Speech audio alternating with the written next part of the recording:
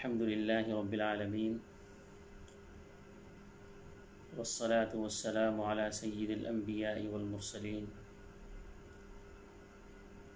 أما بعد فأعوذ بالله من الشيطان الرجيم بسم الله الرحمن الرحيم يعتذرون إليكم إذا رجعتم إليهم قل لا تعتذروا لن نؤمن لكم قد نبأنا الله من أخباركم وسيرى الله عملكم ورسوله ثم تردون إلى عالم الغيب والشهادة فينبئكم بما كنتم تعملون صدق الله العظيم وصدق رسوله النبي الكريم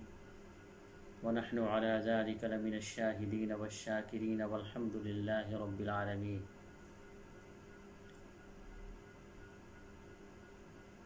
گزشتہ تراویح کے اندر 11واں پارہ تلاوت کیا گیا۔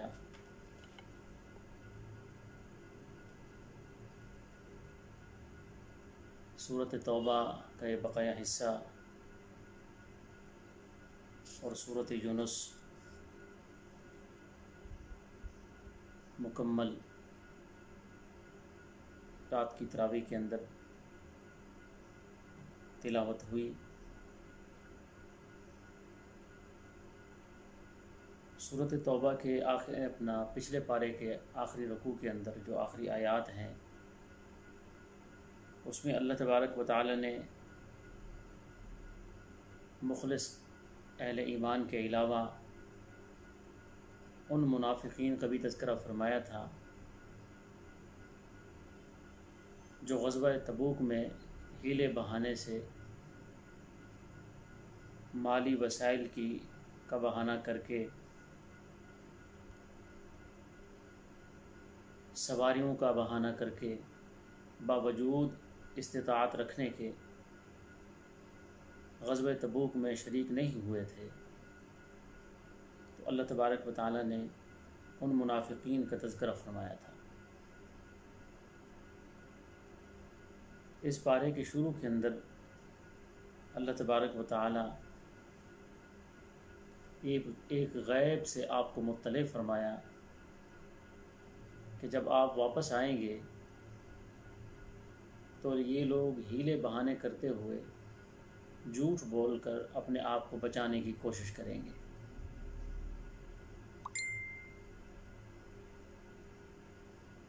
تو ابتداءً انہی کا تذکرہ ہے کہ مختلف قسم کے عذر پیش کریں گے کہ ہم انتہائی سخت مجبوریوں کی وجہ سے اس غزوے میں شریک نہیں ہو سکے تھے، اور قسمیں کھائیں گے۔ اس کے مقابلے میں اللہ تبارک و تعالی نے مخلص مسلمانوں کی صفات بیان فرمائی اور ان لوگوں کی تعریف بھی کی کہ وہ جھوٹ بول کر غلط کو صحیح قرار دینے کی کوشش نہیں کرتے۔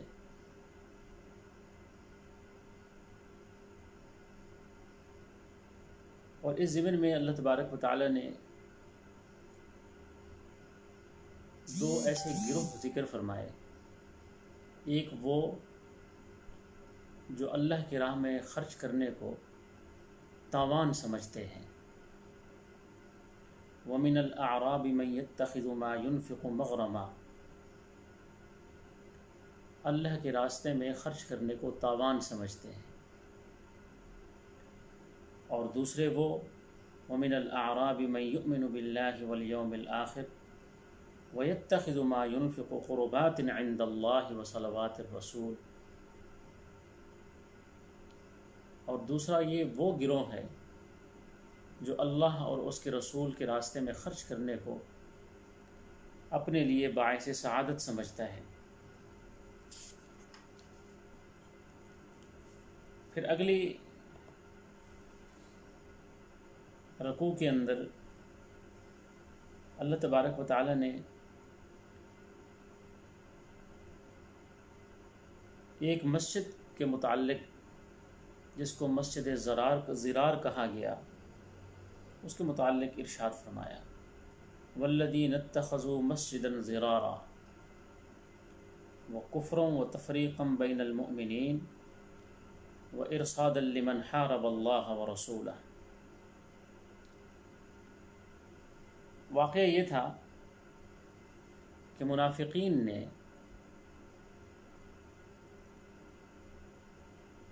قباء کے علاقے میں ایک مسجد جس کا نام زرار رکھا گیا تھا، انہوں نے وہ مسجد بنائی۔ پھر حضور اقدس صلی اللہ علیہ وسلم کو اس کے افتتاح کی دعوت دی، مگر اللہ تبارک و تعالی نے آپ صلی اللہ علیہ وسلم کو اس مسجد میں جانے سے بھی منع فرما دیا، اور باقاعدہ حضور اقدس صلی اللہ علیہ وسلم نے اس مسجد کو بعد میں جلایا اور گرا دیا۔ اس سے معلوم ہوا کہ بظاہر نیک کام جو ایسے لگ رہے ہوں کہ یہ نیک کام ہے،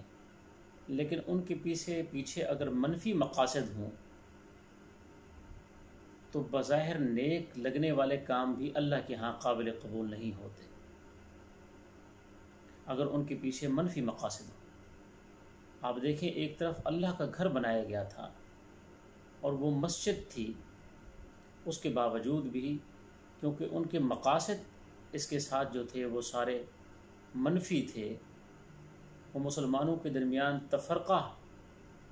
ڈالنے کی ایک کوشش تھی کہ مسلمان فرقوں میں بڑھ جائیں۔ تو دیکھیں اللہ تبارک و تعالی فرقوں کو کس قدر سخت ناپسند فرماتے ہیں کہ مسجدیں ہوں لیکن اس کے اندر بھی اگر تفرقے کی بات کی جائے تو باوجود مسجد ہونے کے اللہ ایسے گھر کو گرانے کا اور جلانے کا حکم فرماتے ہیں۔ دین اسلام کے اندر مسلمانوں کے درمیان تفرقہ بازی کو قطعاً برداشت نہیں کیا گیا، لیبل جو بھی لگا ہوا ہو، لیکن اگر اس میں مسلمانوں کی تقسیم مقصود ہے تو پھر اللہ کے ہاں وہ کوئی عمل بھی قابل قبول نہیں ہے۔ حضرت عمر رضی اللہ تعالی عنہ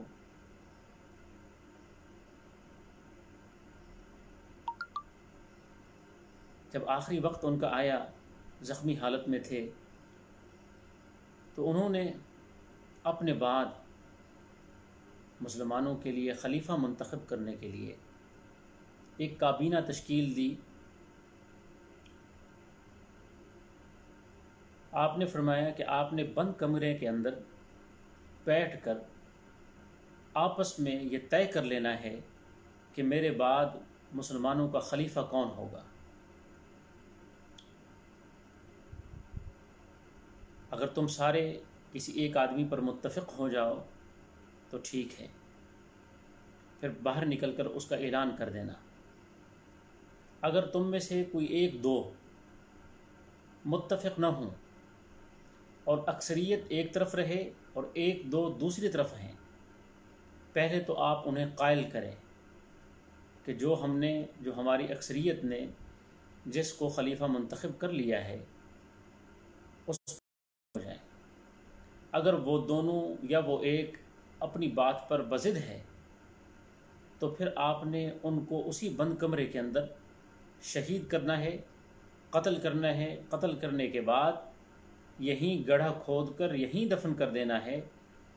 تاکہ مسلمانوں کے جماعت کے اندر کسی قسم کا تفرقہ نہ بنے۔ اور وہ کابینہ کوئی عام لوگوں کی نہیں تھی، جلیل القدر صحابہ کرام کی تھی۔ 10 مبشرہ کے صحابہ اس میں شامل تھے۔ ان کے متعلق آپ کا یہ آخری فرمان تھا کہ اگر تم سب کسی ایک آدمی پر متفق نہ ہو تو پھر جو اکثریت ہے وہ پھر اس ایک یا دو افراد کو یہاں قتل کر کے دفن کر دے۔ یعنی اللہ کے ہاں مسلمانوں کے اندر تفرقہ بازی کسی طور پر بھی قابل قبول نہیں ہے، وہ مسجد کی شکل میں ہو، اب دیکھیں کتنی افسوسناک بات ہے کہ ہم اللہ کا گھر بنائیں، پھر اس پر ایک خاص قسم کا طبقہ اپنی اجارہ داری کرے اور دوسرے مسلک کے لوگوں کا داخلہ وہاں ممنوع ہو۔ تو یہ کتنی بے شرمی کی اور بدقسمتی کی بات ہے کہ جس چیز کو اسلام نے سخت ناپسند کیا ہے، ہم اپنے دین کے اندر پھر اسی چیز کو مسجدوں کے ساتھ جوڑ کر مسلمانوں کے اندر تفرقہ بازی کریں۔ تو یہ آیت ہم سب کے لیے ایک عبرت ہے اور نصیحت ہے کہ اللہ تبارک و تعالی نے حضور اقدس صلی اللہ علیہ وسلم کو حکم دیا کہ ایسی مسجد بھی ہمیں قابل قبول نہیں جو مسلمانوں کے درمیان تفرقے کا سبب بنے۔ مساجد اللہ کی ہیں اور اللہ کے لیے ہیں۔ اللہ تبارک و تعالی ہم سب کو ان باتوں پر عمل کرنے کی توفیق عطا فرمائے۔ اگلے رکوع کے اندر اللہ تبارک و تعالی نے مومنین کی ایک صفت کو بیان فرمایا، ان اللہ اشتری من المؤمنین انفسهم واموالهم بان لهم الجنہ، کہ مومن اپنی جان و مال کے بدلے اللہ سے ایک سودا کرتا ہے جنت کا۔ یہ مومن کی صفت ہے کہ وہ اپنے مال اور جان کے ساتھ اللہ کے ساتھ سودا کرتا ہے، اور سودا بھی جنت کا سودا کرتا ہے۔ پھر اس کے بعد اللہ تبارک و تعالی نے مومنین کی کچھ صفات کو ذکر فرمایا ہے کہ جو مومنین صالحین ہوتی ہیں ان کے اندر کون سی صفات ہوتی ہیں۔ فرمایا التائبون العابدون الحامدون السائحون الراكعون الساجدون الآمرون بالمعروف والناهون عن المنكر والحافظون لحدود الله وبشر المؤمنين۔ یہ اللہ تبارک و تعالی نے مومنین کی صفات کو ذکر فرمایا ہے۔ توبہ کرنے والے، یہ مومن کی پہلی صفت ہے کہ وہ گناہ پر شرمندہ ہو جاتا ہے۔ گناہ ہو جاتے ہیں، گناہ پر ڈٹ جانا اور پھر ریزن تلاش کرنا، اپنی غلطی کو مدلل کرنا، لیکن مومن کی یہ صفت نہیں ہے۔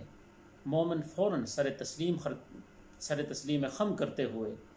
اپنی غلطی کا اعتراف کرتا ہے، اقرار کرتا ہے، اور پھر اس کے بعد اللہ سے رجوع کرتا ہے۔ یہ پہلی صفت ہے۔ التائبون، العابدون، عبادت کرنے والے، الحامدون، اللہ کی حمد کرنے والے، السائحون، روزہ رکھنے والے، الراکعون الساجدون، رکوع کرنے والے، سجدہ کرنے والے، الآمرون بالمعروف، نیکیوں کا حکم کرنے والے، والناہون عن المنکر، اور برائیوں سے روکنے والے، والحافظون لحدود اللہ، اور اللہ کی حدود کی حفاظت کرنے والے۔ یہ مومنین مخلصین کی اللہ تبارک و تعالی نے چند صفات کو ذکر فرمایا۔ پھر اس کے بعد اللہ تبارک و تعالی نے ان 3 صحابہ کا ذکر فرمایا جو مخلصین صحابہ میں سے تھے مخلص، منافق بھی نہیں تھے، مخلص، پکے سچے مومن، لیکن بشری سستی کی وجہ سے وہ اس غزوے میں شریک نہ ہو سکے۔ ایک طویل ترین حدیث ہے، حضرت کعب بن مالک کے حوالے سے روایت وہ فرماتے ہیں، ایک لمبی اور طویل حدیث ہے، وہ اپنا یہ سارا واقعہ بیان کرتے ہیں کہ کوئی بھی رکاوٹ نہیں تھی، سب کچھ موجود تھا، لیکن بشری سستی، میں یہ سمجھتا رہا کہ میرے پاس تو سب کچھ ہے، جیسے ہی اعلان ہوگا میں سامان سمیٹ کر روانہ ہو جاؤں گا۔ پھر قافلہ تیار ہو گیا، میں اسی خیال میں رہا کہ سامان تو بالکل موجود ہے، سواری بھی ہے، سب کچھ ہے، مجھے اتنا جلدی تیاری کرنے کی کیا ضرورت ہے؟ تو جیسے ہی قافلہ روانہ ہوگا میں بھی چل پڑوں گا۔ اور اتنے میں قافلہ نکل کھڑا ہوا، پھر میرے دل میں یہ خیال آیا کہ انشاءاللہ میں ان کے پیچھے چل پڑوں گا، مل جاؤں گا۔ تو یہ تب بشری سستی نے مجھے اس غزوے میں جانے سے روکے رکھا۔ اور اسی طرح باقی دو صحابہ، حضرت ہلال بن امیہ اور مرارہ بن ربیع، یہ 3 صحابہ تھے جو غزوہ تبوک میں پیچھے رہ گئے۔ لیکن جب قافلے نکل چکے، بعد میں ان لوگوں کو احساس ہوا کہ ہم نے تو بہت بڑی غلطی کر لی، اتنی بڑی سعادت سے ہم محروم رہ گئے۔ اور اتنے میں حضور اقدس صلی اللہ علیہ وسلم جب اپنے سفر تبوک سے واپس آئے، اب ان کے ذہنوں میں بھی یہ باتیں چل رہی تھیں، اور سننے میں یہ بھی آ رہا تھا جو لوگ شریک نہیں ہوئے انہوں نے اپنے عذر پیش کر دیے ہیں، اور وہ حضور اقدس صلی اللہ علیہ وسلم نے ان کے عذر کو قبول بھی کر لیا ہے۔ تو ذہن میں بھی آ رہا تھا کہ ہم بھی کوئی نہ کوئی عذر پیش کر دیں، لیکن ان تینوں صحابہ نے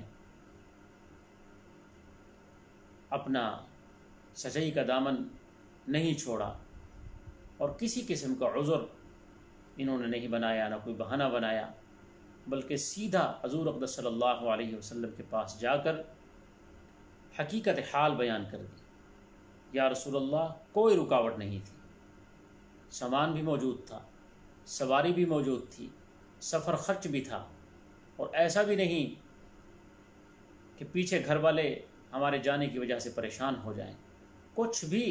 ایسا عذر نہیں تھا جس کو ہم یہاں بنیاد بنا کر یہ کہہ سکیں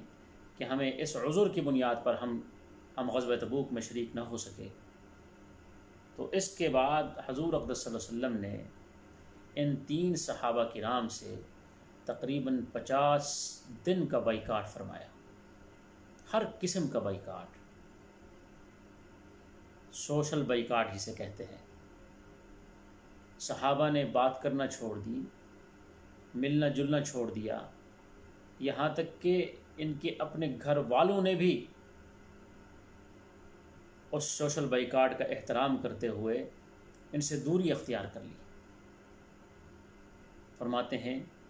یہ ہماری زندگی کے سب سے مشکل ترین دن تھے، لیکن چونکہ اللہ تبارک و تعالیٰ کی طرف سے اس آزمائش تھی، اور پھر انہیں سچ بولنے کی وجہ سے اللہ تبارک و تعالیٰ نے اتنے بڑے انعام سے نوازا کہ یہ اعلان ان کے لیے قرآن پاک کے اندر ان کی توبہ کا اعلان فرمایا، اور یہ اعلان ان کے لیے اتنی بڑی بشارت تھی، خود رسول اللہ صلی اللہ علیہ وسلم نے حضرت کعب بن مالک سے فرمایا کہ آج کے دن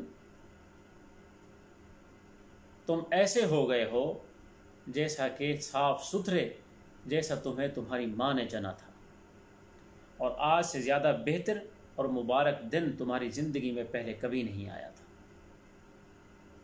یہ سچ بولنے کا صلہ تھا۔ 50 دن کا بائیکاٹ صبر و استقامت کے ساتھ، اور بڑی اس دوران ان کے جو جذبات ہیں انہوں نے اس حدیث کے اندر بیان فرمائے ہیں، وہ پڑھنے کے قابل حدیث ہے۔ پھر اگلے رکوع کے اندر اللہ تبارک و تعالی نے واضح طور پر مومنین کو تقوی کے ساتھ ایک اور چیز کا بھی حکم فرمایا، یا ایھا الذین آمنوا اتقوا اللہ وکونوا مع الصادقین، کہ سچے لوگوں کی معیت اختیار کرو۔ انسان اللہ تبارک و تعالی نے یہ ایسا جاندار ہے جو تنہا اپنی زندگی نہیں گزار سکتا. یہ پرہجوم جگہوں اور ممکنہ طور پر ایک خاندان کے ساتھ مل کر اس کی زندگی آگے بڑھتی ہے. اگر یہ تنہا ہو تو پھر اس کے لیے زندہ رہنا بڑا مشکل ہو جائے، چونکہ انسان نے اب لوگوں کے ساتھ میل جول رکھنی ہے، ان کے درمیان زندگی گزارنی ہے، تو پھر اللہ تبارک و تعالی نے نیک صحبت اختیار کرنے کا حکم فرمایا. انسان اثرات قبول کرتا ہے، بلکہ دنیا کی ہر چیز اثر قبول کرتی ہے. اس پر حضرت جلال الدین رومی رحمہ اللہ نے ایک بطور تمثیل کے اپنی مثنوی کے اندر جو ارشادات فرمائے ہیں، فرماتے ہیں کہ دیکھیں، لوہا اور مقناطیس دو علیحدہ علیحدہ چیزیں ہیں. مقناطیس کے اندر کشش ہوتی ہے لیکن لوہے کے اندر کشش نہیں ہوتی. ظاہراً دونوں علیحدہ علیحدہ چیزیں ہیں، لیکن اگر ہم تھوڑی دیر کے لیے اس لوہے کو اس مقناطیس کے ساتھ رگڑتے ہیں، رگڑنے کے بعد اس لوہے کے اندر بھی مقناطیس والی کشش پیدا ہو جاتی ہے. اور اسی طرح ایک دوسری مثال آپ نے یوں بھی بیان فرمائی کہ ایک رنگ ساز ہے جو کپڑے رنگ رہا ہے اور اس کے دیوار پر ایک سفید کپڑا لٹکا ہوا ہے. وہ اس کو رنگنے کا اس کا ارادہ نہیں ہے، لیکن اتنے میں ایک ہوا چلی اور ہوا نے اس کپڑے کو اڑا کر اس کڑھائی رنگ والے کڑھائی میں ڈال دیا. اب دیکھیں، رنگ ساز کو رنگنے کا ارادہ بھی نہیں تھا اور کپڑا بھی خود نہیں چاہ رہا تھا، ہوا نے اسے اچھال کر اس کڑھائی میں ڈال دیا. اب اس ساری جو قدرتی طور پر ایک سلسلہ چلا ہے، جب وہ کپڑا وہاں سے نکالے گا تو اس کپڑے پر بھی رنگ چڑھ چکا ہوگا. فرماتے ہیں نیک لوگوں کی مجلسیں اور اللہ والوں کی جو صحبت ہے، وہ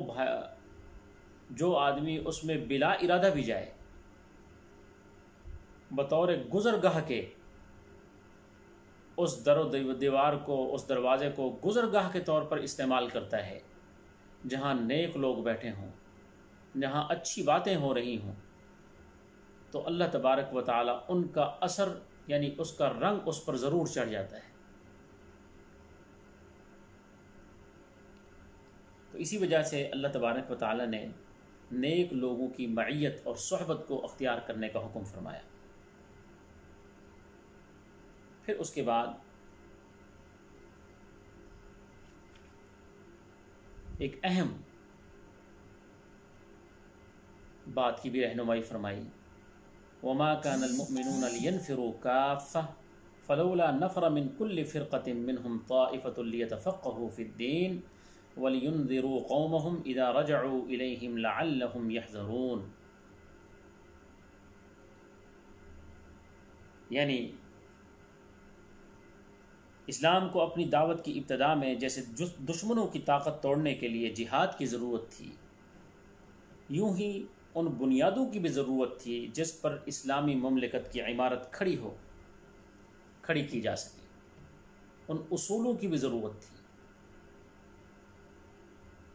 تو اس مقصد کے لیے مسلسل شرعی احکامات بھی اللہ تبارک و تعالی نے ان کا نزول کا سلسلہ جاری رکھا، اور حضور اقدس صلی اللہ علیہ وسلم بھی ہماتاً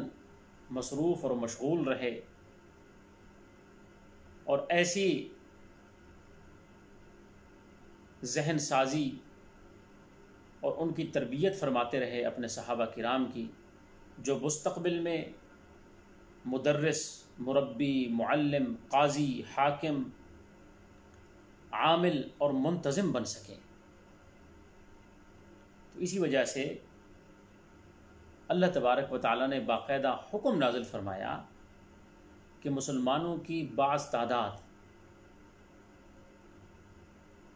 جو جہاد کے لیے گئی ہوئی ہے یا جہاد میں جانا چاہتی ہے، تو پیچھے بعض لوگوں کا رہنا بھی بہت ضروری ہے تاکہ وہ دینی علم حاصل کرے۔ علم یہ وہ بنیاد بنتی ہے کسی بھی ریاست یا کسی بھی معاشرے کی مضبوطی کے لیے۔ بغیر علم کے یا بغیر بنیادوں کے جو عمارت کھڑی کی جائے گی وہ پہلی ہی آندھی اور طوفان میں زمین بوس ہو جائے گی۔ تو جس طرح جہاد کے ذریعے ان کفار کے ضرر کو دور کیا جا رہا تھا جو مسلمانوں کے دشمن بن چکے تھے، تو اسی طرح نظریات کی حفاظت، جس طرح سرحدوں کی حفاظت، یوں کہہ دیجئے سرحدوں کی حفاظت جس طرح جہاد کے ذریعے اس کو ممکن بنایا جا رہا تھا، تو اللہ تبارک و تعالی نے حضور اقدس صلی اللہ علیہ وسلم کو یہ بھی حکم فرمایا کہ نظریاتی سرحدوں کے حفاظت کے لیے بھی ایک جماعت کو تیار کیا جائے تاکہ وہ علم دین حاصل کر کے لوگوں کے نظریاتی سرحدوں کی حفاظت کرے۔ اور یہ بھی ارشاد فرمایا آپ صلی اللہ علیہ وسلم نے کہ ایک فقیہ، ایک عالم شیطان پر 1000 عابدوں سے بھاری ثابت ہوتا ہے۔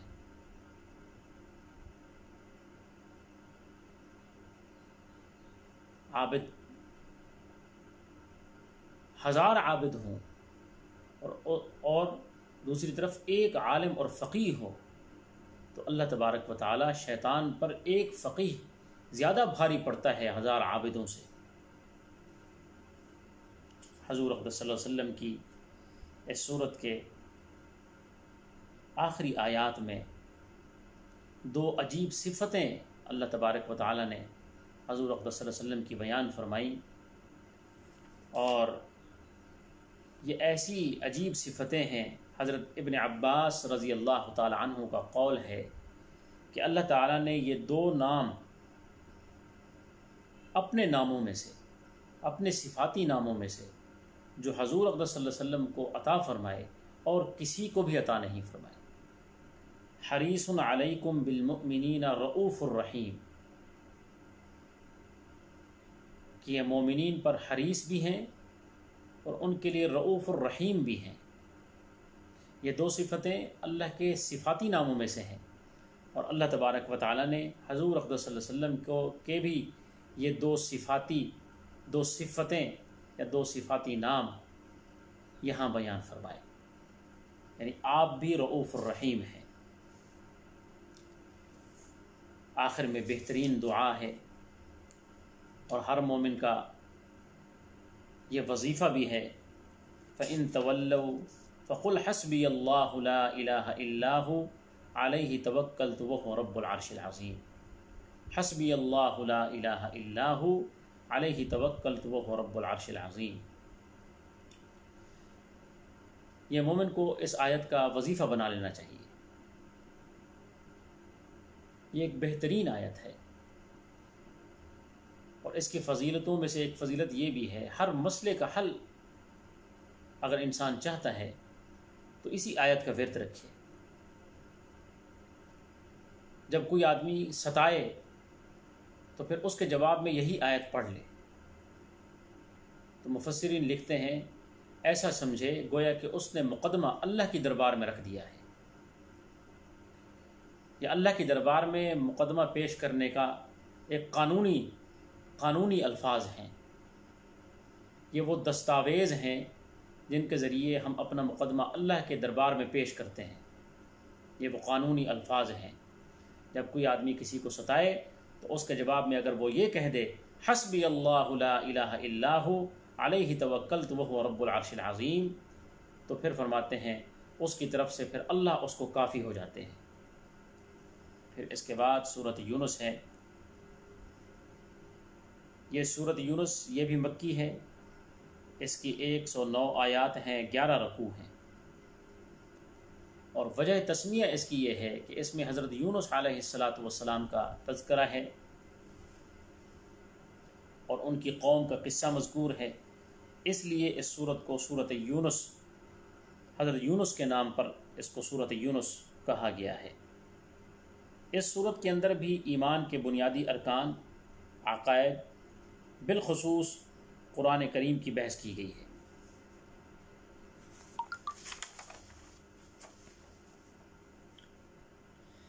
اس میں کل 4 باتیں ہیں،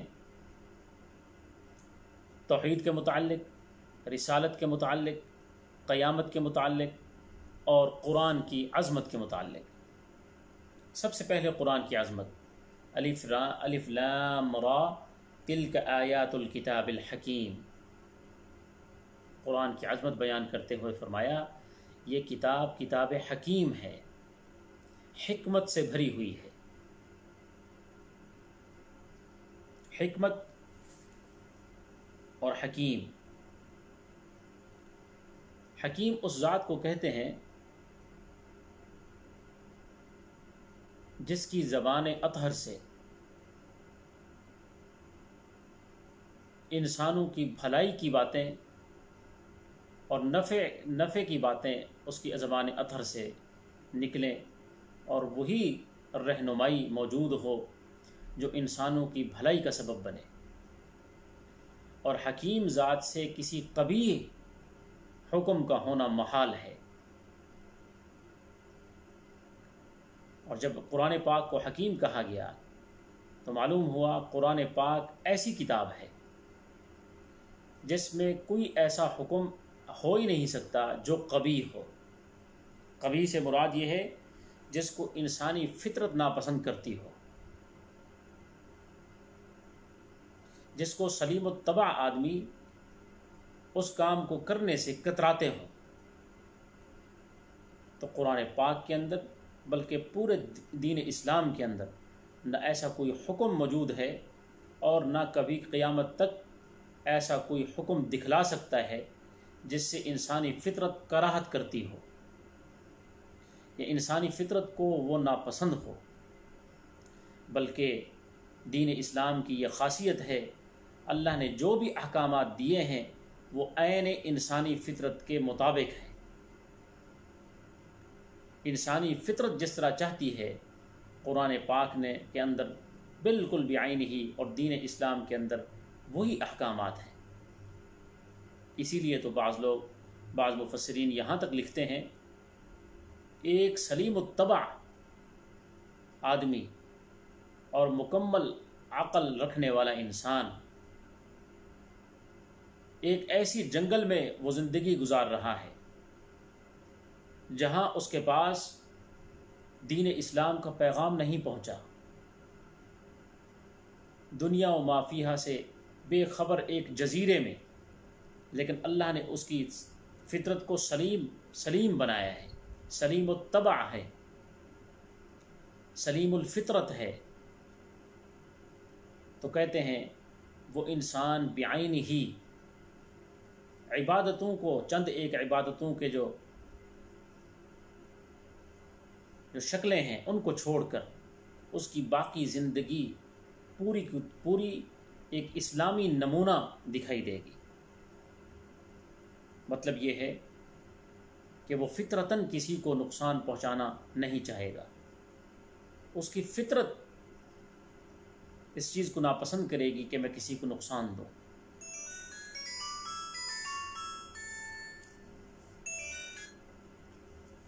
قرآن پاک کی سب سے پہلے یہ صفت بیان فرمائی، پھر توحید بیان کرتے ہوئے یہ فرمایا کہ رازق، مالک اور خالق اور ہر قسم کی تدبیر کرنے والا صرف اللہ ہی ہے۔ رسالت کے ضمن میں حضرت نوح، حضرت موسیٰ، حضرت ہارون اور حضرت یونس علیہ السلام کے قصے ذکر فرمائے، اور قیامت کے متعلق یہ فرمایا کہ قیامت کے دن سب کو جمع کیا جائے گا، تب ان کفار کو یقین آئے گا جب وہ اپنی آنکھوں سے دیکھ لیں گے۔ حضرت نوح علیہ السلام کا قصہ کہ جب انہوں نے اپنی قوم کو دعوت دی تو انہوں نے ان کی بات نہیں مانی سوائے چند لوگوں کے۔ پھر اللہ نے ماننے والوں کو حضرت نوح کے ساتھ کشتی میں محفوظ رکھا، اور باقی جو تھے نافرمان وہ سب کے سب پانی میں غرق ہو گئے۔ حضرت موسیٰ اور حضرت ہارون علیہ السلام کا قصہ ہے۔ پھر آخر میں حضرت یونس علیہ السلام کا قصہ ہے۔ انہی کے نام پر چونکہ سورۃ یونس ہے، حضرت یونس کا ذکر قرآن پاک میں 4 جگہ آیا ہے، سورۃ نساء کے اندر، سورۃ انعام کے اندر، سورۃ یونس کے اندر، اور سورۃ صافات کے اندر۔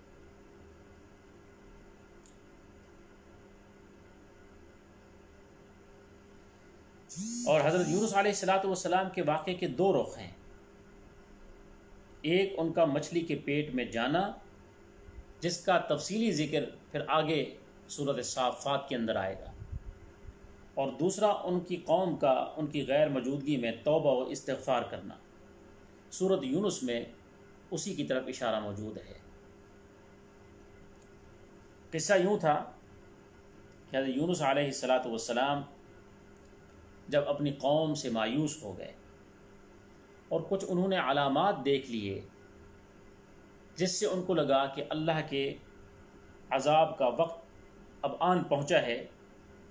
تو وہ ان کی سرزمین کو چھوڑ کر، جس کا نام مفسرین نینوی لکھتے ہیں، اس زمین کو چھوڑ کر وہ وہاں سے انہوں نے یعنی ہجرت، وہاں سے حضرت یونس علیہ السلام نے ہجرت کی اور نینوی کی زمین کو چھوڑ دیا۔ آگے جانے کے لیے جب وہ ایک کشتی میں سوار ہوئے تو سمندر میں طغیانی کی وجہ سے ایک جگہ ان کی کشتی جو ہے وہ ڈوبنے لگی، اور حضرت یونس علیہ السلام سمجھ گئے کہ میں نے جلد بازی کی ہے اور یہ اللہ تبارک و تعالیٰ کی طرف سے تنبیہ ہے، اور پھر حضرت یونس علیہ السلام نے کشتی سے چھلانگ لگا دی، اور ایک بڑی مچھلی نے انہیں نگل لیا، اور اللہ نے انہیں مچھلی کے پیٹ میں صحیح و سالم اور زندہ رکھا، اور چند روز کے بعد مچھلی نے انہیں پھر ساحل پر اگل دیا۔ اور ادھر یہ ہوا جب حضرت یونس علیہ السلام جو ہی بستی کو چھوڑ کر روانہ ہوئے، پیچھے ان لوگوں کو احساس ہو گیا کہ جس زمین کو، جس دھرتی کو اللہ کے پیارے اور اللہ کے پیغمبر چھوڑ جائیں، پھر اس دھرتی پر ایک شکل باقی بچتی ہے کہ اس پر عذاب آتا ہے۔ یہ احساس جیسے ہی ان کے دل میں پیدا ہوا تو پوری کی پوری بستی، مرد و خواتین، بچے، بوڑھے، سب صحرا میں نکل کر توبہ اور استغفار اور آہوزاری کرنا شروع کیا، اور سچے دل سے انہوں نے اللہ کی طرف رجوع کیا اور اپنے گناہوں سے معافی مانگی اور ایمان لے آئے، اور اسی وجہ سے اللہ کا عذاب ان پر ٹل گیا۔ یہ واقعہ حضرت یونس علیہ السلام کے حوالے سے اس صورت کے اندر چونکہ موجود ہے، انشاءاللہ کل ایک پروگرام تھا، وہاں جانے کی وجہ سے ایک درس ایسا سمجھا اس کا ناغہ ہو گیا ہے۔ انشاءاللہ کوشش کروں گا میں کسی دن اس پارے کا بھی درس مختصر سا وہ کسی وقت میں آپ کے سامنے عرض کر دوں۔ دعا کریں اللہ تبارک و تعالی مجھے بھی ان باتوں پر عمل کرنے کی توفیق عطا فرمائے، اور ہم سب کو موجودہ جو پریشانی میں ہم گھرے ہوئے ہیں، اس پریشانی سے ہم کو نجات کاملہ عطا فرمائے، اور جو مسلمان بہن بھائی اس وقت بیمار ہیں، جو بھی پوری انسانیت کسی بھی بیماری کا شکار ہے، اللہ تبارک و تعالی ان کو شفائے کاملہ عاجلہ مستمرہ عطا فرمائے، اور جو لوگ ہمارے درمیان سے رخصت ہو رہے ہیں، اللہ تبارک و تعالی ان کے درجات بلند کرتے ہوئے ان کی کامل مغفرت فرمائے، اور اللہ تبارک و تعالی ہمیں بھی ہر قسم کے حادثوں سے محفوظ رکھے۔ وما علینا الا البلاغ، وآخر دعوانا ان الحمد للہ رب العالمین۔ جزاک اللہ۔